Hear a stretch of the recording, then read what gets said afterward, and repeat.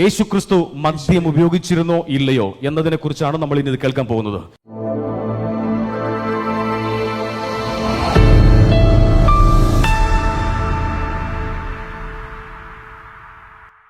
മദ്യപാനം പാപമേ അല്ല. അവരുടെ പഠിപ്പീരിൽ മദ്യപാനം പാപമല്ല. സ്തോത്രം. യേശുക്രിസ്തു പറഞ്ഞു, മദ്യപിക്കുന്നവൻ ദൈവരാജ്യത്തിൽ പ്രവേശിക്കത്തില്ല. എന്നാൽ റസൽ മതസ്ഥർ പറയുന്നു, മദ്യം ഉപയോഗിച്ചിരിക്കണം മിതമായ അളവിൽ. മദ്യം കുടിക്കുന്നത്, അതായത് വൈൻ, സ്ട്രോങ് ആയ വൈൻ കുടിക്കുന്നത് പാപമല്ല, അത് ദൈവം അനുവദിച്ചു കൊടുത്തിട്ടുള്ളതാണ് എന്നവർ പഠിപ്പിക്കുന്നു. അതുകൊണ്ട് തന്നെ ഈ ഗ്രൂപ്പിന്റെ ഏതെങ്കിലും മംഗളകരമായ കാര്യങ്ങളോ സങ്കടകരമായ കാര്യങ്ങളോ നടന്നു കഴിഞ്ഞാൽ ആ വീടുകളിൽ ധാരാളം കുപ്പികൾ പൊട്ടുകയും ചെയ്യും. അവർക്ക് പാപമല്ല, അത് അവരുടെ നിയമമാണ്. മനസ്സിലാവുന്നുണ്ടോ? എന്നാൽ വെറ്റില മുറുക്കുന്നത് പാപവും മദ്യപിക്കുന്നത് പാപവുമല്ല. അക്കാരണത്താൽ തന്നെ യേശുക്രിസ്തുവിനെയും ഇവർ മദ്യപാനിയായവൻ എന്ന് വിളിക്കുന്നുണ്ട്. യേശുക്രിസ്തുവിനെയും തികഞ്ഞ മദ്യപാനിയായവൻ എന്നവർ പഠിപ്പിക്കുന്നുണ്ട്. യേശുക്രിസ്തു മദ്യം ഉപയോഗിച്ചിരുന്നോ ഇല്ലയോ എന്നതിനെ കുറിച്ചാണ് നമ്മൾ ഇനി കേൾക്കാൻ പോകുന്നത്. ദൈവത്തിന് സ്തുതിക്കാമോ? കരങ്ങൾ ഉയർത്തി. Hallelujah, hallelujah, hallelujah, hallelujah. യേശുവേ ആരാധന, ആരാധന, ആരാധന, ആരാധന. യേശുവേ സ്തുതിക്കുന്നു. Hallelujah, hallelujah. യേശുവേ സ്തോത്രം. യേശുവേ ഹല്ലേലൂയ, ഹല്ലേലൂയ, ഹല്ലേലൂയ, ഹല്ലേലൂയ. നമ്മളെ ഇവിടെ ഇരിക്കുന്ന ചില വ്യക്തികളും ചിലപ്പോൾ പറയാറുണ്ട്, അപ്പച്ചാ കുടിക്കല്ലേ, ഓ കർത്താവാണല്ലോ മദ്യം ഉണ്ടാക്കി തന്നത്, മദ്യം കുടിപ്പിച്ചത് കർത്താവാണല്ലോ എന്ന് പറയുന്നിട്ട ആൾക്കാരുണ്ട്. അങ്ങനെ കേട്ടിട്ടുള്ളവരുണ്ടെങ്കിൽ ഒന്ന് കൈ നിർത്താമോ? ആമേൻ, സ്തോത്രം. ഇത്രയും പേരുണ്ടല്ലേ. ഇനി യേശുക്രിസ്തു നല്ല പോലെ മദ്യപിച്ചിരുന്നവനാണ് എന്നവർ പറയുന്നതിന് മുമ്പ് വീഞ്ഞിനെ കുറിച്ചുള്ള പഴയ നിയമ പുതിയ നിയമ ഒന്ന് രണ്ട് കാര്യങ്ങൾ വേഗത്തിൽ ഞാനൊന്ന് പറഞ്ഞുതരാം. പഴയ നിയമത്തിൽ യായീൻ എന്ന ഒരു വേർഡുണ്ട്. യായീൻ പഴയ നിയമത്തിൽ. ഇതിന് വീഞ്ഞിനെ പറയുന്ന പേരാണ് കേട്ടോ. ഇതിൽ പുളിച്ച വീഞ്ഞിനെയും പുളിക്കാത്ത വീഞ്ഞിനെയും യായീൻ എന്ന് തന്നെ പറയും. എഴുതാം. പുളിച്ച വീഞ്ഞിനെയും പുളിക്കാത്ത വീഞ്ഞിനെയും യായീൻ എന്ന് തന്നെ പറയും. അതായത് ലഹരി ഉള്ളതിനെയും ലഹരി ഇല്ലാത്തതിനെയും യായീൻ എന്ന് തന്നെ പറയുന്നു എന്ന് ബൈബിൾ പണ്ഡിതന്മാർ അവകാശപ്പെടുന്നുണ്ട്. അതായത് നെഹമ്യ 5:18 പുളിച്ച വീഞ്ഞ് എന്ന് വ്യാഖ്യാനിക്കുമ്പോൾ വിലാപങ്ങളുടെ പുസ്തകം 2:12 പുളിക്കാത്ത വീഞ്ഞിനെ കുറിച്ച് വ്യാഖ്യാനിക്കുന്നു. രണ്ടിനും ഒരേ വാക്ക് തന്നെയാണ് ഉപയോഗിക്കുന്നത്. വാക്കെന്താണ്? യായീൻ. പറഞ്ഞേ, യായീൻ. ഇനി അത് കഴിഞ്ഞ് രണ്ടാമത് വരുന്ന വീഞ്ഞിൻ്റെ ഒരു അവസ്ഥയാണ് ടിറോഷ് എന്ന് പറയും. യായീൻ പുളിച്ചതും പുളിക്കാത്തതിനും രണ്ടും ഉപയോഗിക്കുന്നു. രണ്ടാമത് ടിറോഷ്. ടിറോഷ് എന്ന് പറയുന്നത് പുതിയ വീഞ്ഞ് അല്ലെങ്കിൽ മുന്തിരി കൊയ്ത്ത് വീഞ്ഞ് എന്ന് പറയും. പഴയ നിയമത്തിൽ 38 പ്രാവശ്യം ഇതിനെ ഉപയോഗിക്കുന്നുണ്ട്. 38 പ്രാവശ്യം. ഓക്കെ. അതായത് ടിറോഷ് എന്ന് പറയുന്നതിൽ ഒരിക്കലും പുളിക്കത്തില്ല. പുളിക്കാത്ത മുന്തിരിക്കൊലയിൽ നിന്ന് നമ്മൾ മുന്തിരി എടുത്ത് പിഴിഞ്ഞെടുക്കുന്ന ചാറ്, അതിനെയാണ് ടിറോഷ് എന്ന് എബ്രായ ഭാഷയിൽ പറയുന്നത്. ടിറോഷ്, ടിറോഷ് എന്ന് പറയുന്നത്. ഇനി ഇത് യെശയ്യാ 65 8 വാക്യത്തിൽ ടിറോഷ്, ആവർത്തന പുസ്തകം 11:14 ടിറോഷ്, സുഭാഷിതങ്ങൾ 3:10 ടിറോഷ്. ഇങ്ങനെ ഈ ഭാഗങ്ങളിലെല്ലാം പുളിക്കാത്ത മുന്തിരി നീരിനെ ടിറോഷ് എന്ന് പറയുന്നു ഹെബ്രായ ഭാഷയിൽ. ഇനി മൂന്നാമത് ഒരു സംഭവത്തെ പറയുന്നതാണ് ഷേക്കാർ എന്ന് പറയും. ഷേക്കാർ. ഇതിനെ സ്ട്രോങ് ഡ്രിങ്ക് എന്നാണ് പറയുന്നത്. Strong drink. ബൈബിൾ പണ്ഡിതന്മാർ ഒരു പരിധി വരെയുള്ള പണ്ഡിതന്മാർ പറയുന്നത് മുന്തിരിയിൽ നിന്ന് എടുക്കാത്ത മറ്റ് ഫലങ്ങളിൽ നിന്ന് എടുക്കുന്നതിനെയാണ് ഷേക്കാറും എടുക്കുന്നത്. എന്നാൽ യായിനും ടിറോഷ് എന്ന് പറയുന്നത് ടിറോഷ്. രണ്ട് മുന്തിരിയിൽ നിന്ന് എടുക്കുമ്പോൾ ഇത് മാതളപ്പഴത്തിൽ നിന്നോ ആപ്പിളിൽ നിന്നോ ഈന്തപ്പഴത്തിൽ നിന്നോ ഒക്കെയുള്ള ഇതാണ് കൂടുതൽ പണ്ഡിതന്മാർ അവകാശപ്പെടുന്നത്. കാരണം ഇത് സ്ട്രോങ് ഡ്രിങ്ക് ആണ്, നല്ല ലഹരി ഉള്ളതാണ്. എന്നാൽ ഇതെന്താണ്? ലഹരിയുമുണ്ട്, ലഹരി ഇല്ലാത്തതുമുണ്ട്.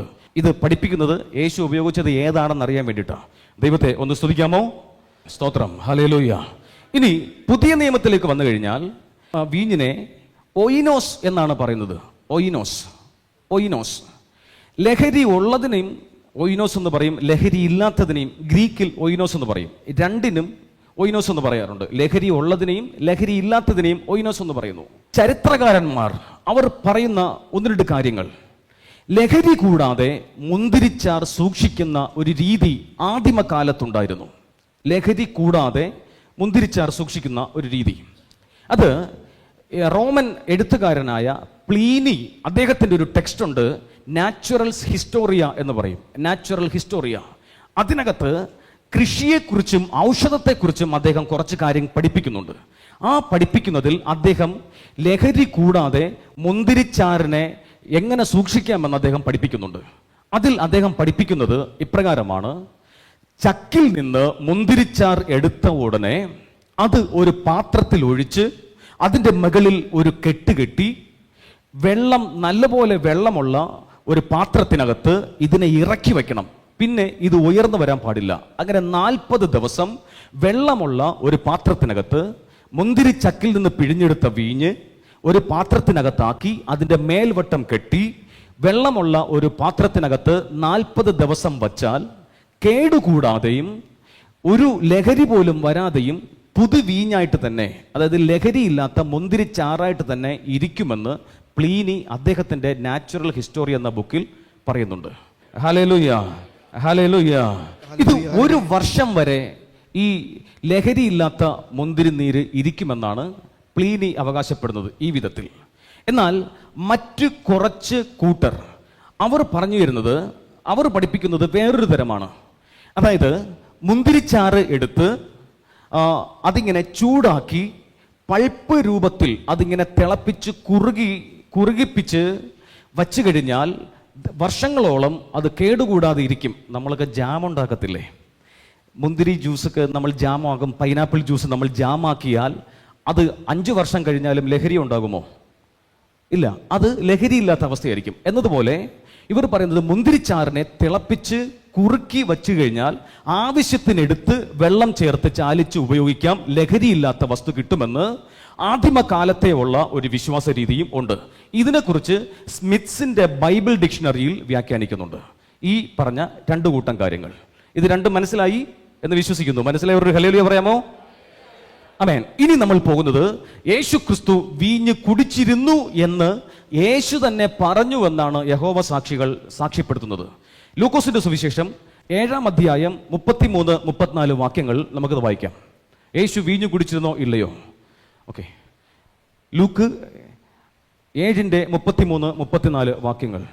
എന്തെന്നാൽ യോഹന്നാൻ അപ്പം ഭക്ഷിക്കാത്തവനും വീഞ്ഞു കുടിക്കാത്തവനുമായി വന്നു, അവന് പിശാചു ബാധിക്കുന്നു എന്ന് നിങ്ങൾ പറയുന്നു. മനുഷ്യപുത്രൻ ഭക്ഷിക്കുന്നവനും പാനം ചെയ്യുന്നവനുമായി വന്നു. അപ്പോൾ ഇതാ ഭോജപ്രിയനും മദ്യപനും ചുങ്കക്കാരുടെയും പാപികളുടെയും സ്നേഹിതനുമായ മനുഷ്യനെന്ന് നിങ്ങൾ പറയുന്നു. യേശുക്രിസ്തുവിനെ എന്താക്കി പറയുന്നു എന്ന് പറയുന്നു? ഭോജപ്രിയനും മദ്യപാനും. യേശുക്രിസ്തുവിനെ ഭോജനപ്രിയനും മദ്യപാനും എന്ന് ജനങ്ങൾ, നിങ്ങൾ ഈ സദൂക്യർ അവർ പറയുന്നുവെന്ന് പറയുന്നു. യോഹന്നാൻ ഭക്ഷണം കഴിച്ചില്ല, അതുകൊണ്ട് ഭ്രാന്ത്. ഇതാ യേശു ഭക്ഷണം കഴിക്കുന്നു, വീഞ്ഞു കുടിക്കുന്നു, അതുകൊണ്ട് മദ്യപാനും ഭോജനപ്രിയനും എന്ന് പറയുന്നു. എടാ, നീളയും പോകാൻ പറ്റത്തില്ല, കുറുകയും പോകാൻ പറ്റത്തില്ല ഈ അവസ്ഥ. അതുകൊണ്ട് ഈ വചനം യേശുക്രിസ്തു തന്നെക്കുറിച്ച് താൻ മദ്യപാനിയാണ് എന്ന് പറയുന്നുവെന്ന് യഹോവ സാക്ഷികൾ ഹിഡനായി പഠിപ്പിക്കുന്നുണ്ട്. സ്തോത്രം, ഹല്ലേലൂയ. അതുകൊണ്ട് ഇനി യേശുക്രിസ്തു യഥാർത്ഥത്തിൽ വൈൻ കുടിച്ചിരുന്നു എന്ന് അവർ പറയുമ്പോൾ യഥാർത്ഥത്തിൽ യേശു ഉപയോഗിച്ചിരുന്നോ എന്നാണ് നമ്മൾ നോക്കാൻ പോകുന്നത്. ദൈവത്തെ ഒന്നുകൂടെ സ്തുതിക്കാമോ? കരങ്ങൾ ഉയർത്തി എല്ലാവരും വിശ്വാസത്തോടെ ശക്തിയോടെ ദൈവത്തെ ഒന്ന് സ്തുതിക്കാമോ? സകല കെട്ടുകളും യേശുവിന്റെ നാമത്തിൽ അഴിയട്ടെ, യേശുവിന്റെ നാമത്തിൽ അഴിയട്ടെ എന്ന് കൽപ്പിക്കുന്നു. മത്തായിയുടെ സുവിശേഷം 26-ാം അധ്യായം 29-ാമത്തെ വാക്യം. യേശുക്രിസ്തുവിന്റെ ആ ഭാഗം വായിക്കുവാണ്. മത്തായി 26:29. ഞാൻ നിങ്ങളോട് പറയുന്നു, എന്റെ പിതാവിന്റെ ഇപ്പോൾ യേശുക്രിസ്തു ഇതാ പെസഹ ഒരുക്കുന്ന ആ സ്ഥലത്ത് അവിടെ ഇരിക്കുവാണ്. ഇനി അവിടെ എന്തൊക്കെയാണ് ഉള്ളതെന്ന് നോക്കുന്നത്. എന്റെ പിതാവിന്റെ രാജ്യത്തിൽ നിങ്ങളോടത്ത് നവമായി ഇത് പാനം ചെയ്യുന്ന ദിവസം വരെ മുന്തിരിയുടെ ഈ ഫലത്തിൽ നിന്ന് ഞാൻ വീണ്ടും കുടിക്കുകയില്ല. യേശുക്രിസ്തു പറഞ്ഞ വാക്കൊന്നുകൂടെ പറഞ്ഞേ. പിതാവിന്റെ രാജ്യത്തിൽ നിങ്ങളോടത്ത് നവമായി ഇത് പാനം ചെയ്യുന്ന ദിവസം വരെ മുന്തിരിയുടെ ഈ ഫലത്തിൽ നിന്നും ഞാൻ കുടിക്കുകയില്ല. അവിടെ ഉപയോഗിച്ച വാക്ക് വീഞ്ഞെന്നാണോ? മുന്തിരി എന്നാണ്. മുന്തിരിയുടെ ഈ ഫലം, അതിൻ്റെ ഗ്രീക്ക് വാക്ക്, അതിൻ്റെ ഗ്രീക്ക് വാക്ക്, അവിടെ ഉപയോഗിച്ച വാക്ക് ഞാനിപ്പോൾ എടുത്തു തരാം. അതിനു മുമ്പ് മാർക്ക് 14:25, മാർക്ക് 14:25 വായിക്കാമോ? സത്യമായി ഞാൻ നിങ്ങളോട് പറയുന്നു, ദൈവരാജ്യത്തിൽ ഞാനിത് നവമായി പാനം ചെയ്യുന്ന ദിവസം വരെ മുന്തിരിയുടെ ഫലത്തിൽ നിന്ന് ഇനി ഞാൻ കുടിക്കുകയില്ല. അവിടെ എന്താ പറയുന്നേ? മുന്തിരിയുടെ ഫലം. ഇനി ലൂക്കോസിന്റെ സുവിശേഷം 22:18, ഞാൻ നിങ്ങളോട് പറയുന്നു, ഇപ്പോൾ മുതൽ ദൈവരാജ്യം വരുന്നത് വരെ മുന്തിരിയുടെ ഫലത്തിൽ നിന്ന് ഞാൻ പാനം ചെയ്യുകയില്ല. മുന്തിരിയുടെ, യേശു എന്താ ഉപയോഗിച്ചത്? ഫലം. മുന്തിരിയുടെ ഫലം. മുന്തിരിയുടെ ഫലം എന്നാണ് ഇവിടെ ഉപയോഗിച്ചിട്ടുള്ളത്. അതിൻ്റെ ഗ്രീക്ക് വാക്ക് ആംഫീലിയോ എന്നുള്ള ഗ്രീക്ക് വാക്കാണ് ഉള്ളത്. വൈൻ. അതിൻ്റെ അർത്ഥം മുന്തിരിയുടെ ഫലം, മുന്തിരിയുടെ ചാർ. ആംഫേലിയോ ഗ്രീക്കാണ്. മുന്തിരി വള്ളിയുടെ ഫലം. സത്യവേദ പുസ്തകത്തിൽ മുന്തിരി വള്ളിയുടെ ഫലം എന്നാണ് എഴുതിയിട്ടുള്ളത്. POC ബൈബിളിൽ മുന്തിരിയുടെ ഫലം എന്നാണ്. ഇനി ഇതിനെ കുറച്ചുകൂടെ നമുക്കൊന്ന് ഡീപ്പായിട്ട് പോകാം. സ്തോത്രം. അപ്പോൾ ഇവിടെ നോക്കുക, യേശു ക്രിസ്തു പറഞ്ഞതും യഹോവ സാക്ഷികൾ യേശുവിനെതിരെ ആരോപിക്കുമ്പോഴും യേശു ഉപയോഗിക്കുന്ന തൻ്റെ ഫ്രണ്ടിൽ വച്ചിട്ടുള്ള വസ്തുക്കൾ എന്താണെന്ന് നമ്മൾ മനസ്സിലാക്കുവാണ്. സ്തോത്ര, ഹല്ലേലൂയ. അതായത് മുന്തിരിയുടെ ഫലം എന്ന് പറയുന്നത് ലഹരി അല്പം പോലും ഇല്ലാത്തതാണ്. മുന്തിരിയുടെ ഫലം, മുന്തിരി പിഴിഞ്ഞ് എടുക്കുന്ന ഫലം, മനസ്സിലാവുന്നുണ്ടോ? അതിൽ ലഹരി അല്പം പോലും ഇല്ല. ലഹരി ഉണ്ടെങ്കിൽ അതിനെ പുളിച്ചത് എന്ന് പറയും. എന്നാൽ മുന്തിരിയുടെ ഫലം പുളിച്ചതല്ല. മുന്തിരിയുടെ ഫലം ലഹരി ഉള്ളതല്ല. മുന്തിരിയുടെ ഫലം അതെന്താണ്? യഥാർത്ഥ മുന്തിരിയെ അതിൽ നിന്ന് തന്നെ എടുക്കുന്ന ചാറ്. പുളിക്കുന്നത് മറ്റൊരു പ്രക്രിയ. പുളിക്കുന്നതിന് മുമ്പുള്ള യഥാർത്ഥ മുന്തിരിയുടെ ഫലത്തിൽ നിന്നാണ് യേശു ക്രിസ്തു ഇവിടെ എടുത്തിട്ടുള്ളത്. ഞാൻ പറഞ്ഞ മനസ്സിലായോ? ഒന്നുകൂടെ പറയാം. ഞാൻ പറഞ്ഞു, പഴയ നിയമത്തിൽ യായീൻ, ഷേക്കാർ, പുതിയ നിയമത്തിൽ ഒയിനോസ്, ഇങ്ങനെ 3 വാക്കുകളുണ്ട്. ഇതിൽ പുളിച്ചതിനെയും പുളിക്കാത്തതിനെയും യായീൻ എന്ന് പറയും. ഷേക്കാറിനെ, ടിറോഷിനെ, മുന്തിരിച്ചാറിനെ, പുളിക്കാത്തതിനെ, മധുരമുള്ളതിനെ ടിറോഷ് എന്ന് പറയും. ഒയിനോസിനെയും അപ്രകാരം തന്നെ പറയും. എന്നാൽ ഷേക്കാർ എന്ന് പറയുന്നത് വീര്യം കൂടിയ മദ്യമാണെന്ന് ഞാൻ പറഞ്ഞു. ഇനി യേശുക്രിസ്തു ഇവിടെ ഷേക്കാറോ ഇവിടെ ടിറോഷോ അല്ല എടുത്തിട്ടുള്ളത്, മറ്റൊരു വാക്കാണ്. ടിറോഷെന്നോ യായിനെന്നോ ഷേക്കാറോ എന്നല്ല ഈ നമ്മുടെ മൂലഗ്രന്ഥത്തിൽ വന്നിട്ടുള്ളത് ആംഫീലിയോ എന്ന വേർഡാണ്. യേശു ഉപയോഗിച്ചത് യായിനാണെങ്കിൽ യായിൻ എന്ന് കണ്ടേനെ, അല്ലെങ്കിൽ ഷേക്കാർ എന്ന് കണ്ടേനെ, അല്ലെങ്കിൽ ഒയിനോസ് എന്ന് കണ്ടേനെ. ഹീബ്രു വേർഡ് മൂലഗ്രന്ഥത്തിൽ ഈ 4 വാക്കിൽ ഒന്നുമല്ല യേശു ഉപയോഗിച്ചത്. മനസ്സിലാവുന്നുണ്ടോ? മൂലഗ്രന്ഥത്തിൽ ഉപയോഗിച്ചത് ഈ 4 വാക്കിൽ ഒന്നുമല്ല, പകരം ഈ കാണുന്ന ആംഫേലിയോ എന്നുള്ളതാണ്. ഞാൻ ഇവിടെ എടുത്തുന്ന ഈ വാക്കുകൾ നിങ്ങൾ ഇംഗ്ലീഷിൽ ടൈപ്പ് ചെയ്ത് ഹീബ്രു ലെറ്റേഴ്സ്, ഗ്രീക്ക് ലെറ്റേഴ്സ് അടിച്ചു കഴിഞ്ഞാൽ നിങ്ങൾക്ക് അറിയാൻ പറ്റും. ഇവിടെ ഇത് മത്തായിയുടെ സുവിശേഷം 26-ാം അധ്യായം ഇതിന്റെ 29-ാമത്തെ വാക്യത്തിലാണ് മുന്തിരിയുടെ ഫലം, അതാണ് എടുത്തിട്ടുള്ളത്. അവിടെ യായിനെന്നോ ടിറോഷെന്നോ ഒയിനോസെന്നോ ഒന്നും തന്നെ ഇല്ല. നിങ്ങൾക്ക് പിന്നീട് സമയം അനുസരിച്ച് ബ്രദേഴ്സ് കാണിച്ചു തരും ഈ പറഞ്ഞ വാക്കുകളുടെ ഹീബ്രു അല്ലെങ്കിൽ ഗ്രീക്ക് വാക്കുകൾ. നിങ്ങൾക്ക് തന്നെ നെറ്റിൽ നിന്ന് റിസർച്ച് ചെയ്തെടുക്കാൻ പറ്റും. അപ്പോൾ ഇവിടെ യേശുക്രിസ്തു ഒരു കാരണവശാലും പുളിച്ചതന്ന് പറയുന്നില്ല. കാരണം ഇത് യഥാർത്ഥ മുന്തിരിയുടെ ഫലമാണ്. ഹല്ലേലൂയ. യഹോവ സാക്ഷി പറയുന്നത് അവൻ അടിക്കുന്നുവെന്ന്. യേശുവിനെ കുറിച്ച് യേശു മദ്യപാനിയാണ് എന്ന് സദുക്കിയർ പറയുന്നു എന്ന് പറയുമ്പോൾ പരിശുദ്ധാത്മാവ് പറയുന്നു അവൻ എടുത്തത് മുന്തിരിയുടെ യഥാർത്ഥ ഫലമാണ്. ഹല്ലേലൂയ. മുന്തിരിയുടെ യഥാർത്ഥ ഫലത്തിന് ലഹരി ഇല്ല. സ്തോത്ര. ഹല്ലേലൂയ. ഹല്ലേലൂയ. അതായത് ലഹരി പിടിച്ച വീഞ്ഞ് മുന്തിരിയുടെ ഫലമല്ല. നിങ്ങൾ അതറിയുക. ലഹരി പിടിച്ചത് മുന്തിരിയുടെ ഫലമല്ല. എന്നാൽ ലഹരി പിടിക്കാത്തതാണെങ്കിൽ അത് മുന്തിരി ചാറാണ്, അതിന് ലഹരിയില്ല. സ്തോത്രം. ഇനി ശ്രദ്ധിക്കണം, ഈ രണ്ടിനും രണ്ടാണ്. ലഹരി ഉള്ളതും ലഹരി ഇല്ലാത്തതും രണ്ടും രണ്ടാണ്. ലഹരിക്ക് മറ്റൊരു മീനിങ് കൂടെ ഉണ്ട്. പുളിക്കുക എന്ന അർത്ഥമുണ്ട്. ലഹരി മീൻസ് എന്താണ്? പുളിക്കുക. ലഹരി മീൻസ് പുളിക്കുക. ഇനി എന്നെ ശ്രദ്ധിക്കണം, എൻ്റെ കൂടെ ഉണ്ടാവണം കേട്ടോ. സ്തോത്രം. ദൈവത്തെ സ്തുതിക്കാം. ലഹരി, ആരാധന, ഹല്ലേലൂയ, ഹല്ലേലൂയ. പുളിപ്പ്, സ്തുതിക്കുന്നു. ഇത് ശ്രദ്ധിക്കുക. യേശുക്രിസ്തു ഇപ്പോൾ ഇരിക്കുന്ന ടൈം ഏത് ടൈമാണ്? പെസഹ കാലഘട്ടമാണ്. ഇനി എൻ്റെ കൂടെ നിങ്ങൾ ശ്രദ്ധയോടെ ഉണ്ടാവണം. യേശുക്രിസ്തു മുന്തിരിച്ചാറെടുക്കുന്നതാണ്. മുന്തിരിയുടെ ഫലത്തിൽ നിന്ന് ഞാൻ ഉപയോഗിക്കില്ല എന്ന് പറയുമ്പോൾ വചനവിരുദ്ധരായി പറയുന്നു യേശു കള്ളുകുടിയൻ അല്ലെങ്കിൽ മദ്യപാനി, ലഹരി ഉപയോഗിക്കുന്നവരെന്ന് പറയുമ്പോൾ യേശുക്രിസ്തു ഇരിക്കുന്ന ഈ ടൈം പെസഹ കാലഘട്ടമാണ്. പെസഹ കാലഘട്ടത്തിന് ഒരു പ്രത്യേകതയുണ്ട്. ഒരു പ്രത്യേകത എന്ന് പറഞ്ഞാൽ ഈ മുന്തിരി കുറച്ച് നാൾ ഇട്ടിരുന്ന അതിൻ്റെ മുകളിൽ ഒരു വെള്ളപ്പാട വന്ന് നിറയും. മുന്തിരി ഒത്തിരി നാൾ ഇട്ടിരുന്നാൽ അതിൻ്റെ മുകളിൽ ഒരു വെള്ളപ്പാട വന്ന് നിറയും. അതിനെ സിയോർ എന്നാണ് പറയുന്നത് ഹീബ്രുവിൽ. സിയോർ ഈ സാധനമാണ് പുളിപ്പിലേക്ക് കൊണ്ടുപോകുന്നത്. മുന്തിരിയിലേക്ക് വന്ന് വീഴുന്നതാണ് സിയോർ. ഇത് പുളിപ്പിലേക്ക് കൊണ്ടുപോകുന്ന വസ്തുവാണ്. ഇനി പുളിക്കുന്ന മാവ് പുളിക്കാൻ ദ്രാവക രൂപത്തിലോ കരരൂപത്തിലോ ഉള്ള ഒരു വസ്തുവുണ്ട്. അതിനെ ഹാമക്സ് എന്ന് പറയും. ഹാമക്സ് ഹീബ്രുവിൽ. പുളി ഉള്ളതോ പുളി ആരം ഉണ്ടാക്കുന്നതോ ആയ സംഭവം. നമ്മൾ ഇന്ന് ഈസ്റ്റ് എന്ന് പറയുന്നത് പോലെ. മനസ്സിലാവുന്നുണ്ടോ? ഈസ്റ്റ് ഉണ്ടാകുന്നതിന് മുമ്പ് അമ്മമാർ മറ്റെന്തൊക്കെയാണ് ഉപയോഗിച്ചുകൊണ്ടിരുന്നത് പുളിക്കാൻ വേണ്ടിയിട്ട്. എന്ന് ഇവിടെ ഹെബ്രായക്കാർ പുളിയുള്ള വീഞ്ഞിനെ സിയോർ എന്നും പുളിയുള്ള മാവിനെ അല്ലെങ്കിൽ പുളിപ്പുണ്ടാക്കുന്നതിനെ ഹാമക്സ് എന്നും പറയും. പെസഹ കാലത്തിന് ഒരു പ്രത്യേകതയുണ്ട്. ഹല്ലേലൂയ. ദൈവത്തെ സ്തുതിക്കാമോ?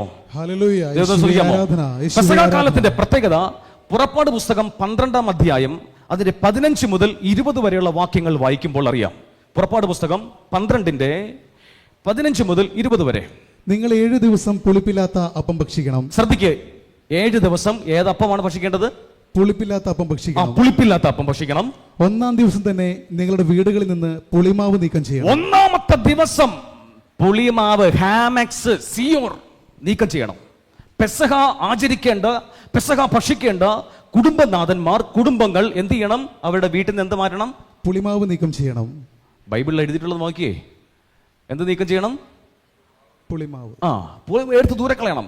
ഇനി 1 മുതൽ 7 വരെയുള്ള ദിവസങ്ങളിൽ ആരെങ്കിലും പുളിച്ച അപ്പം ഭക്ഷിച്ചാൽ അവൻ ഇസ്രായേലിൽ നിന്ന് വിച്ഛേദിക്കപ്പെടണം. അഥവാ ആരെങ്കിലും, ഏതവനാണെങ്കിലും ശരി, പെസഹ കാലഘട്ടത്തിൽ പുളിച്ച മപ്പമോ പുളിച്ച വസ്തുവോ സിയോറോ ഹാമക്സോ ഉപയോഗിച്ചാൽ അവനെ നീക്കം ചെയ്യണം, എടുത്ത് ദൂരെ കളയണം. ഇനി 1-ാം ദിവസവും 7-ാം ദിവസവും നിങ്ങൾ വിശുദ്ധ സമ്മേളനം വിളിച്ചു കൂടണം. ആ ദിവസങ്ങളിൽ വേല ചെയ്യരുത്, എന്നാൽ ഭക്ഷിക്കാനുള്ളത് പാകം ചെയ്യാം. പുളിപ്പില്ലാത്ത അപ്പത്തിന്റെ തിരുനാൾ നിങ്ങൾ ആചരിക്കണം. അപ്പൊ എല്ലാ ഭക്ഷണ പദാർത്ഥങ്ങളിൽ നിന്നും പുളിപ്പ് മാറ്റണമെന്ന് പറഞ്ഞാൽ വീഞ്ഞിൽ പുളിപ്പ് പാടുണ്ടോ? പാടില്ല. വീഞ്ഞിൽ പുളിപ്പ് പാടുണ്ടോ? പുളിച്ച മാവ് പാടുണ്ടോ? ഇല്ല. അതൊക്കെ വീട്ടിൽ നിർത്ത് മാറ്റണം. അപ്പോ സിയോർ മാറ്റണം, ഹാമക്സ് മാറ്റണം. പിന്നെ ഉള്ളത് ഫ്രഷ് മുന്തിരിയാണ്. ഫ്രഷ് പുളിപ്പില്ലാത്ത അപ്പമാണ്. അല്ലേ? ഇതാണ് പഴയ നിയമത്തിലുള്ള ഇസ്രായേലിന്റെ പെസഹ രീതി. ഇവിടെ യേശുക്രിസ്തു താൻ എന്തിനാണ് വന്നതെന്ന് മത്തായിയുടെ സുവിശേഷം 5:17 പറയുന്നുണ്ട്. Matthew chapter 5:17. Matthew chapter 5:17. നിയമത്തെയോ പ്രവാചകന്മാരെയോ അസാധുവാക്കാനാണ് ഞാൻ വന്നതെന്ന് നിങ്ങൾ വിചാരിക്കരുത്. നിയമത്തെയോ ദൈവം തന്ന ഏതെങ്കിലും ഒരു നിയമത്തെ അസാധുവാക്കാനാണ് ഞാൻ വന്നത്, അതിനെടുത്ത് ദൂരെ കളഞ്ഞിട്ട് എൻ്റെ പുതിയത് കൊണ്ടുവരാനാണ് വന്നത് എന്ന് നിങ്ങൾ കരുതരുത്. പിന്നെ അസാധുവാക്കാനല്ല, പൂർത്തിയാക്കാനാണ് ഞാൻ വന്നത്. ദൈവപിതാവ് എന്താണോ ഉദ്ദേശിച്ചത് അത് പൂർത്തിയാക്കിയേ ഞാൻ പോകത്തുള്ളൂ. അതിനാണ് ഞാൻ വന്നത്. അപ്പോൾ ദൈവപിതാവ് പെസഹ കാലത്ത് പുളിപ്പ് നീക്കം ചെയ്യണമെന്ന് പറയുമ്പോൾ യേശുക്രിസ്തു പുളിപ്പ് കൊണ്ടുവരുമോ? നിങ്ങൾ പറ. ദൈവപിതാവ് 1 മുതൽ 7 ദിവസങ്ങൾ വരെ വീട്ടിൽ പുളിമാവ് പാടില്ല, പുളിച്ചത് പാടില്ല എന്ന നിയമം തരുമ്പോ യേശുക്രിസ്തു പുളിച്ച വീഞ്ഞു കൊണ്ടുവരുമോ? പുളിച്ച മാവ് കൊണ്ടുവരുമോ? അങ്ങനെ ഇരുന്നാൽ ഇത് ഏത് നിയമലംഘനമായി മാറി? ദൈവപിതാവിന്റെ നിയമലംഘനമായി മാറി. അവനെ എടുത്ത് ദൂരെ കളയണം, സമൂഹത്തിൽ നിന്ന് വിച്ഛേദിക്കണം. ഹല്ലേലൂയ. ദൈവത്തെ സ്തുതിക്കാമോ? ദൈവത്തെ സ്തുതിക്കാമോ? നിങ്ങൾക്ക് കാര്യങ്ങൾ മനസ്സിലായെങ്കിൽ ദൈവത്തെ സ്തുതിക്ക്. എന്തെങ്കിലും വചനത്തിൽ നിന്ന് മനസ്സിലായെങ്കിൽ നിങ്ങൾ ദൈവത്തെ സ്തുതിച്ചേ. ഹല്ലേലൂയ. യേശുവിനെ സ്തുതിച്ചേ. ദൈവമേ സ്തുതിക്കുന്നു. യേശുവേ സ്തോത്രം. ആമേൻ. ഹല്ലേലൂയ. അതായത് ലഹരിയുള്ള ഒരു വസ്തു പോലും തന്റെ മുമ്പിൽ വരാതെ പിതാവിന്റെ അതേ നിയമത്തെ തന്നെ താൻ തന്റെ വേലയ്ക്കായി ഒരുക്കി. ആമേൻ. ഹല്ലേലൂയ. ഇനി മറ്റൊരു കാര്യം ഇമ്പോർട്ടന്റ്, എൻ്റെ കൂടെ നിങ്ങൾ ഉണ്ടാവണം. ഒരു ഹല്ലേലൂയ ദൈവത്തിന് കൊടുക്കാമോ? ഹല്ലേലൂയ. ഇനി മറ്റൊരു കാര്യം, അതായത് യേശുക്രിസ്തു ഒരേ സമയം ബലി അർപ്പകനും, അതായത് ഹൈ പ്രീസ്റ്റ് മുഖ്യ പുരോഹിതനും ബലി വസ്തുവുമാണ് യേശുക്രിസ്തു. പ്രവാചകനും പുരോഹിതനും ബലി വസ്തുവുമാണ് യേശുക്രിസ്തു. അപ്പോൾ ഹൈ പ്രീസ്റ്റായിട്ട് മുഖ്യ പുരോഹിതനായിട്ടിരുന്നത്, അതാ ദൈവത്തിന്റെ പെസഹ അങ്ങോട്ട് ആചരിക്കുമ്പോൾ മുഖ്യ പ്രീസ്റ്റ്, ഹൈ പ്രീസ്റ്റിന് അല്ലെങ്കിൽ പുരോഹിതന്മാർക്ക് ഒരു നിയമമുണ്ട്. ആ നിയമമാണ് നമ്മൾ കേൾക്കാൻ പോകുന്നത്. അത് ലേവ്യ പുസ്തകം 10-ാം അധ്യായം, ലേവി പുസ്തകം 10-ാം അധ്യായം 8-9 വാക്യങ്ങൾ. കർത്താവ് അഹരോനോട് പറഞ്ഞു. എല്ലാവരും എടുത്തേ, പഴയ നിയമത്തിലാണ് ലേവ്യ പുസ്തകം. ഇത് പുരോഹിതന്മാർക്കുള്ള നിയമമാണ്. ശരി, വായിച്ചുകൊള്ളുക. കർത്താവ് അഹരോനോട് പറഞ്ഞു. അഹരോൻ എന്ന് പറയുന്നത് പുരോഹിതനാണ്. അഹരോനോട് പറഞ്ഞു, നീയും പുത്രന്മാരും സമാഗമ കൂടാരത്തിലേക്ക് പോകുമ്പോൾ വീഞ്ഞോ ലഹരി സാധനങ്ങളോ കുടിക്കരുത്. അതായത് പുരോഹിതനും നീയും നിന്റെ മക്കളും, അഹരോന്റെ മക്കളും പുരോഹിത വർഗമാണ്. നിങ്ങൾ സമാഗമ കൂടാരത്തിൽ ദൈവത്തിന് ധൂപാർപ്പണമോ ദൈവത്തിന്റെ ശുശ്രൂഷ ചെയ്യാൻ വേണ്ടി നിങ്ങൾ വന്നു കഴിഞ്ഞാൽ വീഞ്ഞോ ലഹരിയുള്ള വസ്തുവോ ഉപയോഗിക്കരുത് എന്നുള്ളത് കർശന നിയമമാണ്. ഒന്നുകൂടെ നോക്കിയേ. സമാഗമ കൂടാരത്തിലേക്ക് പോകുമ്പോൾ വീഞ്ഞോ ലഹരി സാധനങ്ങളോ കുടിക്കരുത്. കുടിച്ചാൽ നിങ്ങൾ മരിക്കും. നീ മരിക്കും. ഇതൊരു പുരോഹിതന്റെ നിയമമാണ്, ദൈവപിതാവ് കൊടുത്ത നിയമം. ഓക്കെ, ആ സ്ഥാനത്ത് ഇതാ യേശുക്രിസ്തു മുഖ്യ പുരോഹിതനായി നിന്നിട്ട് ലഹരിയുള്ള വീഞ്ഞു കുടിക്കും എന്ന് യഹോവ സാക്ഷി പറഞ്ഞാൽ പരിശുദ്ധാത്മാവ് വിളിച്ചു പറയുന്നു, അങ്ങനെ ചെയ്യാൻ പാടില്ല. ദൈവപിതാവിന്റെ കൽപ്പനയ്ക്കെതിരാണത്. മനസ്സിലാവുന്നുണ്ടോ? ദൈവപിതാവിന്റെ കൽപ്പനയ്ക്കെതിരാണ്. ആബാപിതാവ് എന്ത് പറയുന്നുവോ, ആബാപിതാവ് എന്ത് ആഗ്രഹിക്കുന്നുവോ അത് ചെയ്യാൻ വേണ്ടി വന്ന യേശുവിനെ വെറും മനുഷ്യനാക്കി, വെറും നിന്ദനയുള്ള മനുഷ്യനാക്കി മാറ്റുന്ന ഒരു ഗ്രൂപ്പ് നമ്മളെ വഞ്ചിക്കാൻ ഇടയാകരുത്. Hallelujah, hallelujah. മുഖ്യ പുരോഹിതന് വീഞ്ഞോ ലഹരി പദാർത്ഥമോ ഉപയോഗിച്ചിട്ട് സമാഗമ കൂടാരത്തിലേക്ക് വന്നാൽ അവൻ മരിക്കും. അവനെ ദൈവപിതാവ് എടുത്ത് ദൂരെ കളയും. ഇവിടെ നോക്കൂ, യേശുക്രിസ്തു താൻ മുഖ്യ പുരോഹിതനായിരുന്നുകൊണ്ട് ഇതാ പഴയ അറക്കപ്പെട്ട ഒരു കുഞ്ഞാടിനെ അല്ല, തന്റെ തന്നെ ശരീരത്തെ അവൻ ഉയർത്തുമ്പോൾ അവൻ എപ്രകാരമാണ് പുളിപ്പുള്ളത് ഉപയോഗിക്കുന്നത്, അവൻ എപ്രകാരമാണ് പുളിച്ചത് ഉപയോഗിക്കാൻ പറ്റുന്നത്? രണ്ടും രണ്ട് തരമല്ലേ? സ്തോത്രം. മനസ്സിലായെങ്കിൽ ദൈവത്തിന് സ്തുതിക്കാമോ? യേശുവിനെ സ്തുതിക്കാമോ? യേശുവിനെ സ്തുതിക്കാമോ? യേശുക്രിസ്തു നിത്യനായ ദൈവമത്രേ. ഹല്ലേലൂയ, യേശുവേ നന്ദി. എബ്രായ ലേഖനം 5:1 മുതൽ ഒന്ന് വായിക്കാമോ? എബ്രായ ലേഖനം 5:1 മുതൽ. ജനങ്ങളിൽ നിന്ന് ജനങ്ങൾക്ക് വേണ്ടി തിരഞ്ഞെടുക്കപ്പെടുന്ന പ്രധാന പുരോഹിതൻ ദൈവിക കാര്യങ്ങൾക്ക് നിയമിക്കപ്പെടുന്നത് പാപപരിഹാരത്തിനായി ബലികളും കാഴ്ചകളും അർപ്പിക്കാനാണ്. അവൻ തന്നെ ബലഹീനനായതുകൊണ്ട് അജ്ഞരോടും വഴിതെറ്റിയവരോടും വേണ്ടത്ര സഹതാപത്തോടെ പെരുമാറാൻ അവന് കഴിയും. ഇക്കാരണത്താൽ അവൻ ജനങ്ങളുടെ പാപങ്ങൾക്ക് വേണ്ടി എന്ന പോലെ സ്വന്തം പാപങ്ങൾക്ക് വേണ്ടിയും ബലി സമർപ്പിക്കാൻ കടപ്പെട്ടിരിക്കുന്നു. അഹരോനെ പോലെ ദൈവത്താൽ വിളിക്കപ്പെടുകയല്ലാതെ ആരും സ്വയം ഈ ബഹുമതി ഏറ്റെടുക്കുകയല്ല. അതുപോലെ തന്നെ ക്രിസ്തുവും പ്രധാന പുരോഹിതനാകുന്നതിന് തന്നെ തന്നെ മഹത്വപ്പെടുത്തിയില്ല. ക്രിസ്തു പ്രധാന പുരോഹിതൻ, കേട്ടോ, ക്രിസ്തു ഹൈ പ്രീസ്റ്റ് ഇരുന്നിട്ടാണ് ഇവിടെ പെസഹ കർമ്മം നടത്തുന്നത്. Price the lord. Hallelujah, hallelujah. ഇനി ഒരു ചോദ്യം. പഴയ നിയമകാലത്ത് ആബാ പിതാവ് പറഞ്ഞു, നിന്റെ വീട്ടിൽ 1-ാമത്തെ ദിവസം പുളിപ്പ് പാടില്ല. പുളി ഉള്ളത് സിയോർ ഹാമക്സ് എടുത്ത് ദൂരെ കളയണം. പുളിപ്പിനെ ബൈബിൾ പണ്ഡിതന്മാർ വ്യാഖ്യാനിക്കുന്നത് പാപം എന്ന് വ്യാഖ്യാനിക്കുന്നു. പുളിപ്പ് അശുദ്ധിയായി വ്യാഖ്യാനിക്കുന്നു. പുളിപ്പ് അസൂയ എന്ന് വ്യാഖ്യാനിക്കുന്നു. എല്ലാ ജഡിക അഭിലാഷങ്ങളും പുളിപ്പിനകത്തുണ്ട്. എല്ലാ ജഡിക അഭിലാഷങ്ങളും, എല്ലാ പൈശാചിക ചിന്തകളും ജഡിക അഭിലാഷത്തിലുണ്ട്, ഈ പുളിപ്പിലുണ്ട്. പുളിപ്പ് നിന്റെ കുടുംബത്തിൽ നിന്ന് മാറ്റുക എന്ന് പറഞ്ഞാൽ പാപത്തെ എടുത്ത് മാറ്റുക. പുളിപ്പ് നിന്റെ ലൈഫിൽ നിന്ന് മാറ്റുക എന്ന് പറഞ്ഞാൽ അശുദ്ധിയെ എടുത്ത് മാറ്റുക. ഇതാണ് അർത്ഥം. ഞാൻ പറഞ്ഞ മനസ്സിലാവുന്നുണ്ടോ? അപ്പോൾ കർത്താവായ യേശുവിന്റെ പെസഹ ഭക്ഷിക്കാനിരിക്കുന്നവന്റെ വീട്ടിൽ പുളിപ്പ് പാടില്ല. കർത്താവായ യേശുവിന്റെ പെസഹ തന്റെ ശരീര രക്തങ്ങൾ കുടിക്കാനിരിക്കുന്നവന്റെ ശരീരത്തിലോ അവന്റെ അകമനസ്സിലോ പുളിപ്പ് പാടില്ല. പുളിപ്പ് എന്ന് പറയുന്നത് അശുദ്ധി പാടില്ല, പാപം പാടില്ല, ജഡികാഭിലാഷങ്ങൾ പാടില്ല. അവൻ വേർതിരിക്കപ്പെട്ടവനാണ്. അവന്റെ ലൈഫിൽ നിന്ന് എല്ലാം പറിച്ചു ദൂരെ കളയേണ്ടതാണ്. അതാണ് പുളിപ്പ് നീക്കം ചെയ്യുക എന്ന് പറയുന്നത്. മനസ്സിലായോ? ഹല്ലേലൂയ. പുളിപ്പ് നീക്കം ചെയ്യാൻ പറഞ്ഞ എന്തിനാണ്? എടുത്ത് ദൂരെ കളയണം. കാരണം നീ വെണ്മയുള്ളവനായി മാറണം. ഇനി ആബാപിതാവ് ഇവിടെ പറഞ്ഞത് എന്തിനാ? പുളിപ്പ് എടുത്തു മാറ്റണം, പുളിക്കാത്ത അപ്പം, പുളിക്കാത്ത വീഞ്ഞ് ഉപയോഗിക്കണം എന്ന് പറയുന്നതിന്റെ പുറകിൽ ഒരു വലിയ രഹസ്യം ഒളിഞ്ഞിരിക്കുവാണ്. ആബാപിതാവ് പഴയ നിയമത്തിൽ പുളിപ്പുള്ളത് എടുക്കരുത്, പെസഹാക്ക് എടുക്കരുത് എന്ന് പറയുമ്പോൾ അതിനൊരു വലിയ അർത്ഥം ഒളിഞ്ഞിരിക്കുവാണ്. നമുക്ക് ദൈവത്തെ ഒന്നുകൂടെ സ്തുതിക്കാമോ? ശക്തിയോടെ ദൈവത്തെ സ്തുതിക്കാമോ? കർത്താവായ ദൈവം നമ്മുടെ മേൽ ഇറങ്ങി വരട്ടെ.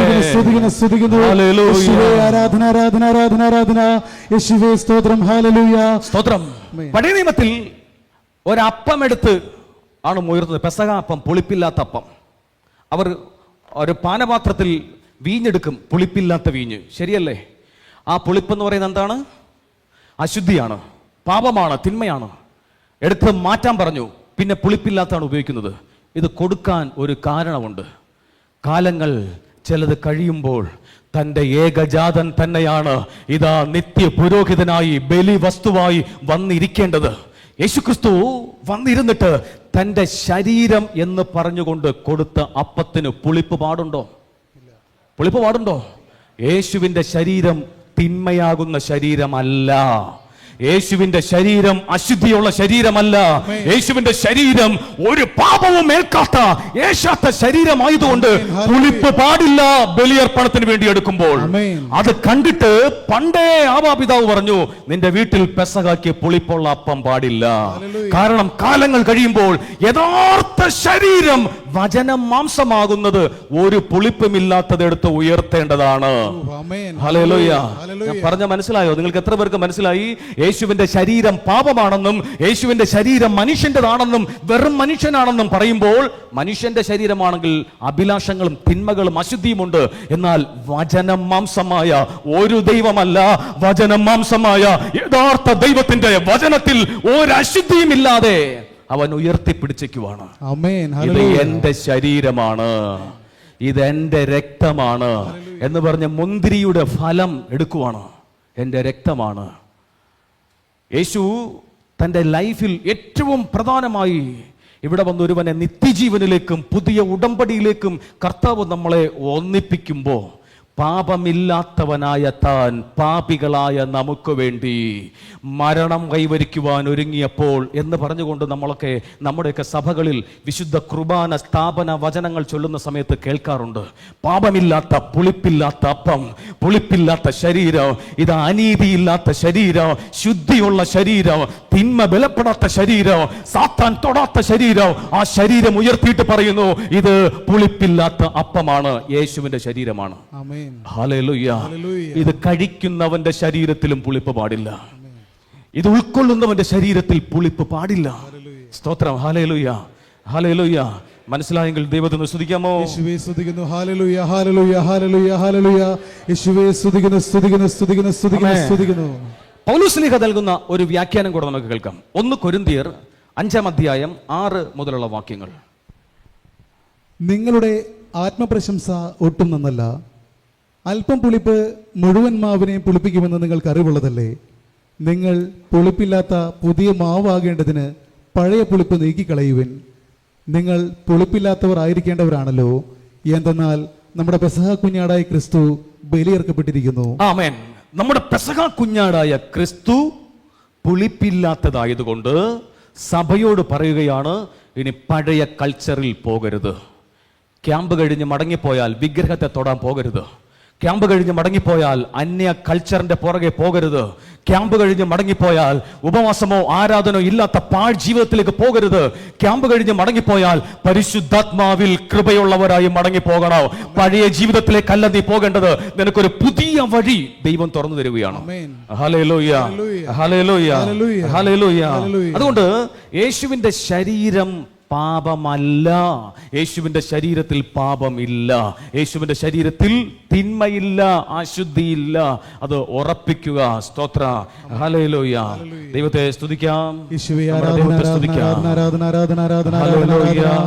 സ്തുതിക്കുന്നു ദൈവമേ, സ്തുതിക്കുന്നു ദൈവമേ, സ്തുതിക്കുന്നു, സ്തുതിക്കുന്നു, സ്തുതിക്കുന്നു, സ്തുതിക്കുന്നു, സ്തുതിക്കുന്നു. ആയതുകൊണ്ട് പ്രിയപ്പെട്ടവരെ, ഒരു ദുരുപദേശം നമ്മളെ തേടി വന്നാൽ ഉറക്കമാകുമ്പോൾ, ആളുകൾ ഉറക്കമാകുമ്പോൾ ശത്രു വന്ന് കള വിതച്ചിട്ട് പോകുന്നത് പോലെ ഇനി നിങ്ങൾ വിശ്വാസത്തിൽ ഉറങ്ങരുത്. വിശുദ്ധിയിൽ ഉണർവുള്ളവരായിരിക്കണം. വചനത്തിൽ ഉണർവുള്ളവരാണെങ്കിൽ ശത്രു നിങ്ങളെ തോൽപ്പിക്കത്തില്ല. Praise the lord, hallelujah. ഏതെങ്കിലും സുവിശേഷ വിരോധി വന്നിട്ട്, ഏതെങ്കിലും മദ്യപാനി വന്നിട്ട് യേശു കള്ളുകുടിയനാണെന്ന് പറഞ്ഞാൽ ഇനി വിശ്വസിക്കരുത്. ഏതെങ്കിലും മനുഷ്യർ കവലയിൽ നിന്നിട്ട് പറയുവാണ് യേശു പാപപരമായ അവസ്ഥയിലാണ് അവൻ ജീവിച്ചത്, മരിച്ചതെന്ന് പറഞ്ഞാൽ വിശ്വസിക്കരുത്. യേശുവിൻ്റെ ശരീരത്തിൽ അല്പം പോലും അനീതിയില്ല. യേശുവിൻ്റെ ശരീരം നിത്യജീവന്റെ അപ്പമാണ്. യേശുവിൻ്റെ രക്തം നിത്യ ഉടമ്പടിയുടെ, പുതിയ ഉടമ്പടിയുടെ രക്തമാണ്. ആ രക്തത്താൽ തളിക്കപ്പെടണം. 1 പത്രോസ് 1:1 കൂടെ വായിച്ച് നമുക്ക് നിർത്താം. 1 പത്രോസ് 1:1. യേശുക്രിസ്തുവിന്റെ അപ്പസ്തോലനായ പത്രോസ്, പിതാവായ ദൈവത്താൽ തിരഞ്ഞെടുക്കപ്പെട്ടവരും യേശുക്രിസ്തുവിന് വിധേയരായിരിക്കുന്നതിനും അവന്റെ രക്തത്താൽ തളിക്കപ്പെടുന്നതിനു വേണ്ടി മുൻകൂട്ടി നിശ്ചയിക്കപ്പെട്ടവരും ആത്മാവിനാൽ വിശുദ്ധീകരിക്കപ്പെട്ടവരുമായി, യേശുക്രിസ്തുവിനാൽ വിളിക്കപ്പെട്ടവരും, അത് കഴിഞ്ഞാൽ ദൈവത്താൽ തിരഞ്ഞെടുക്കപ്പെട്ടവരും യേശുക്രിസ്തുവിന് വിധേയരായിരിക്കുന്നതിനും. യേശുക്രിസ്തുവിന്, ശ്രദ്ധിക്കണേ, ഇവിടെ പത്രോസ് ഉപയോഗിക്കുന്ന വാക്ക് ശ്രദ്ധിക്കണം. ദൈവത്താൽ വിളിക്കപ്പെടുക, യേശുക്രിസ്തുവിന് വിധേയരാകുന്നതിന്, അവന്റെ രക്തത്താൽ തളിക്കപ്പെടുന്നതിനും. അതെന്തിനാ? യേശുവിന് വിധേയപ്പെട്ട മാത്രം പോരെ, അവന്റെ രക്തത്താൽ തളിക്കുന്നതിനാ? അവന്റെ രക്തം വീഴുന്നത് 3 കൂട്ടം കാര്യത്തിന് വേണ്ടിയിട്ടാ. രക്തം വീഴുന്നത് 3 കൂട്ടം കാര്യം. ഒന്ന്, പഴയ നിയമത്തിൽ ഒരു കുഷ്ഠരോഗി അവനെ സമൂഹത്തിലേക്ക് കയറ്റണമെങ്കിൽ, അവന്റെ കുഷ്ഠം മാറിയാൽ വെറുതെ ഒരു പുരോഹിതൻ സാക്ഷ്യപ്പെടുത്തിയ പോരാ, 2 പക്ഷികളെ കൊണ്ടുവരണം. ഒരു പക്ഷിയെ കൊല്ലണം, അതിന്റെ ബ്ലഡ് ഒരു പാത്രത്തിൽ എടുക്കണം. എന്നിട്ട് ആ ബ്ലഡ് അവന്റെ ശരീരത്തിൽ, ആരാണോ കുഷ്ഠരോഗി അവന്റെ ശരീരത്തിൽ തളിക്കണം. തളിച്ചതിന് ശേഷം അവനെ സമൂഹത്തിൽ ഇറങ്ങി ജീവിക്കാൻ അനുവദിക്കണം. മറ്റേ പക്ഷിയെ തുറന്നു വിടണം, ഫ്രീ ആയി. അടയ്ക്കപ്പെട്ട് ഏതോ കുടുംബത്തിൽ ഉള്ള ഒരു കുടുംബനാഥനാണ് നീ, ഏതോ ഒരു അമ്മയുടെ മകനാ, ഏതോ ഒരു ഭാര്യയുടെ ഭർത്താവാ, ഏതോ ഒരു പെങ്ങളുടെ ആങ്ങളയാണ്. പക്ഷെ ഇന്ന് നീ കുഷ്ഠരോഗിയായിട്ട് പുറത്താണ്. നിനക്കൊരിക്കലും സമൂഹത്തോട് ചേരാൻ പറ്റത്തില്ല, കുടുംബത്തോട് ചേരാൻ പറ്റത്തില്ല. നീ പുറത്താണ്. നീ പിതാവിനാൽ വിളിക്കപ്പെടുക, യേശുവിനാൽ വിധേയപ്പെടുക മാത്രമല്ല, അവന്റെ രക്തത്താൽ തളിക്കപ്പെടുന്നത് കുഷ്ഠരോഗിയെ സമൂഹത്തിൽ സ്വതന്ത്രനായി വിടുക, നിന്റെ കുടുംബത്തിൽ സ്വതന്ത്രനായി വിടുക. യേശുവിന്റെ രക്തത്താൽ തളിക്കപ്പെടുക എന്ന് പറഞ്ഞാൽ നിന്നെ വീട്ടിലേക്ക് തിരിച്ചു കൊണ്ടുവരികയാണ്. കൊടുക്കാതെ, ഒരു സമൂഹത്തിനകത്ത് മാത്രം നിന്നെ ഇടാതെ അവൻ നിന്നെ തളിക്കുകയാണ് അവന്റെ രക്തത്താൽ. രണ്ടാമത്, രക്തത്താൽ തളിക്കപ്പെടുന്നതിന്റെ മറ്റൊരു ഉദ്ദേശം, അഹരോനെയും അവന്റെ പുത്രന്മാരെയും തന്റെ ദേവാലയ ശുശ്രൂഷയ്ക്കായി സെലക്ട് ചെയ്തു കഴിഞ്ഞാൽ, അഹരോന്റെ മക്കളെയും ആരൊക്കെയാണോ പ്രധാന പുരോഹിതന്മാരാകുന്നത് അവരെയൊക്കെ വിശുദ്ധമായ ഒരു കുളി, ആചാരപരമായ വെള്ളത്തിൽ കുളിക്കും. അവരെ കുളി നടത്തി വിശുദ്ധ വസ്ത്രങ്ങൾ അണിഞ്ഞതിന് ശേഷം ഒരു മുട്ടാടിനെ കൊന്ന് അതിന്റെ ബ്ലഡ് ഒരു പാത്രത്തിൽ ശേഖരിച്ചതിന് ശേഷം അഹരോന്റെ നെറ്റിമേൽ പുരട്ടും. ആരാണോ പുരോഹിത വേലയ്ക്ക് വരേണ്ടത് അവന്റെ ശിരസിലും നെറ്റിയിലും വലതു കൈയിലും വലതു കാലിലും തളിച്ചതിന് ശേഷം ബാക്കി ബ്ലഡ് കൊണ്ട് ബലിപീഠത്തിൽ അങ്ങ് ഒഴിക്കും. എന്തിനാണ്? നിത്യം ഈ ബലിപീഠത്തിൽ ശുശ്രൂഷ ചെയ്യേണ്ടവനാണ് നീ. നിത്യം ഈ ബലിപീഠത്തിൽ ഒഴിച്ച ബ്ലഡിന്റെ മുദ്ര അഹരോന്റെ നെറ്റിയിലുണ്ട്, അഹരോന്റെ ചെവിയിലുണ്ട്, അഹരോന്റെ വലത് കൈയിലും വലത് കാലിലും ഈ ബ്ലഡിന്റെ മുദ്രയുണ്ട്. യേശുവിന്റെ രക്തത്തിന്റെ മുദ്ര നിന്റെ മേൽ വീണിട്ടുണ്ടോ? നിന്റെ ശരീരം മുഴുവനിലോ ആ രക്തത്തിന്റെ യോഗ്യത വ്യാപരിക്കണം. ആമേൻ, ഹല്ലേലൂയ, ഹല്ലേലൂയ. മനസ്സിലാകുന്നുണ്ടോ? യേശുവിന്റെ രക്തം എന്തിനാ തളിക്കപ്പെടുന്നത്? അവന്റെ വേലയ്ക്കായി നിന്നെ തിരഞ്ഞെടുക്കാൻ വേണ്ടിയിട്ടാണ്. ഇന്നലെ വരെ നീ അവനെതിരാണെങ്കിൽ ഇന്ന് മുതൽ നിന്നെ അവന്റെ വേലയ്ക്കായി തിരഞ്ഞെടുക്കുകയാണ്. മൂന്നാമത്, ബ്ലഡ് തളിച്ചത് സമാഗമ കൂടാരത്തിന്റെ ഫ്രണ്ടിൽ കൽപ്പനകളെല്ലാം ലംഘിച്ചു നിന്ന ഒരു കൂട്ടം ജനം, ദൈവത്തിൽ നിന്ന് അകന്നു നിന്ന ഒരു കൂട്ടം ജനം, ആ ജനത്തെ സെറ്റ് ചെയ്യാൻ വേണ്ടിയിട്ട് കുഞ്ഞാടിനെ നിർത്തി. ഒരു സൈഡിൽ മോശ നിന്നു, കുഞ്ഞാടിന്റെ ബ്ലഡ് ഒരു സൈഡിൽ മോശ, ഒരു സൈഡിൽ ജനങ്ങൾ. അവർ പറഞ്ഞു, നിന്റെ ദൈവമായ യഹോവ ഞാനാകുന്നു, ഞാനല്ലാതെ മറ്റൊരു ദൈവം നിനക്കുണ്ടാകരുത്. നീ മകളിൽ ആകാശത്തിലോ താഴെ ഭൂമിയിലോ സമുദ്രത്തിലോ സമുദ്രത്തിന്റെ അടിയിലുള്ള ഒന്നിന്റെയും പ്രതിമയോ സ്വരൂപമോ നിർമ്മിക്കരുത്. അതിനെ കൊമ്പിടരുത്, അതിനെ വന്ദിക്കരുത്, ആരാധിക്കരുത് എന്ന് പറഞ്ഞപ്പോൾ ജനങ്ങളെല്ലാം ആമേൻ പറഞ്ഞു. ഞങ്ങൾ അപ്രകാരം ചെയ്യാം. ഉടൻ തന്നെ മോശ എന്ത് ചെയ്തു? രക്തത്തിൽ കുറച്ച് ഹിസോപ്പ് തണ്ടിൽ തളിച്ച് ജനങ്ങളുടെ മേൽ തളിച്ചു, ബാക്കി നിയമഗ്രന്ഥത്തിൽ തളിച്ചു. ദൈവത്തോട് പറഞ്ഞു, ദൈവപിതാവേ, നിന്റെ വാക്ക് കേൾക്കാമെന്ന് ഇതാ ജനങ്ങൾ ഒപ്പുവച്ചിട്ടുണ്ട്. രക്തം ഇതാ അവരെ വിടുവിക്കാൻ വേണ്ടി തളിച്ചിട്ടുണ്ട്. ഇപ്പോൾ ദൈവപിതാവേ, അങ്ങും നീ ജനവും ഒന്നാണ്. പത്രോസ് പഠിപ്പിക്കുന്നു, യേശു ക്രിസ്തുവിനാൽ വിധേയപ്പെടുക, അവന്റെ രക്തത്താൽ തളിക്കപ്പെടുക. എന്താണ് അവന്റെ രക്തത്താൽ തളിക്കുന്നത്? നീ എന്റെ സ്വന്തം ജനം, ഞാൻ നിന്റെ നിത്യനായ പിതാവ്. രക്തത്താൽ തളിക്കപ്പെടുകയാണ്.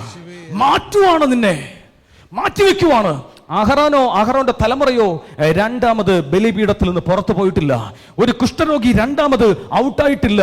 ഇതാ പലരും ദൈവത്തിന്റെ ആ മനുഷ്യ അതായത് ദൈവത്തിന്റെ ബ്ലഡിനല്ലാത്ത ബ്ലഡിൽ അവർ ശുദ്ധി പ്രാപിച്ചെങ്കിൽ എത്രയോ ശ്രേഷ്ഠമായ ബ്ലഡ് നമുക്ക് വേണ്ടി കാൽവരിയിൽ ഒഴുകി. ഒരു നിമിഷം കണ്ണുകളെ അടയ്ക്കാമോ? ആ യേശുവിനോടൊന്ന് പ്രാർത്ഥിക്ക്. നിന്റെ വായുകളെ തുറക്കാൻ പറ്റുമെങ്കിൽ വിശ്വാസത്തോടെ ശബ്ദമുയർത്തി ഒന്ന് സ്തുതിക്കാമോ? സ്തുതിക്കുന്നു. Hallelujah, hallelujah. യേശുവേ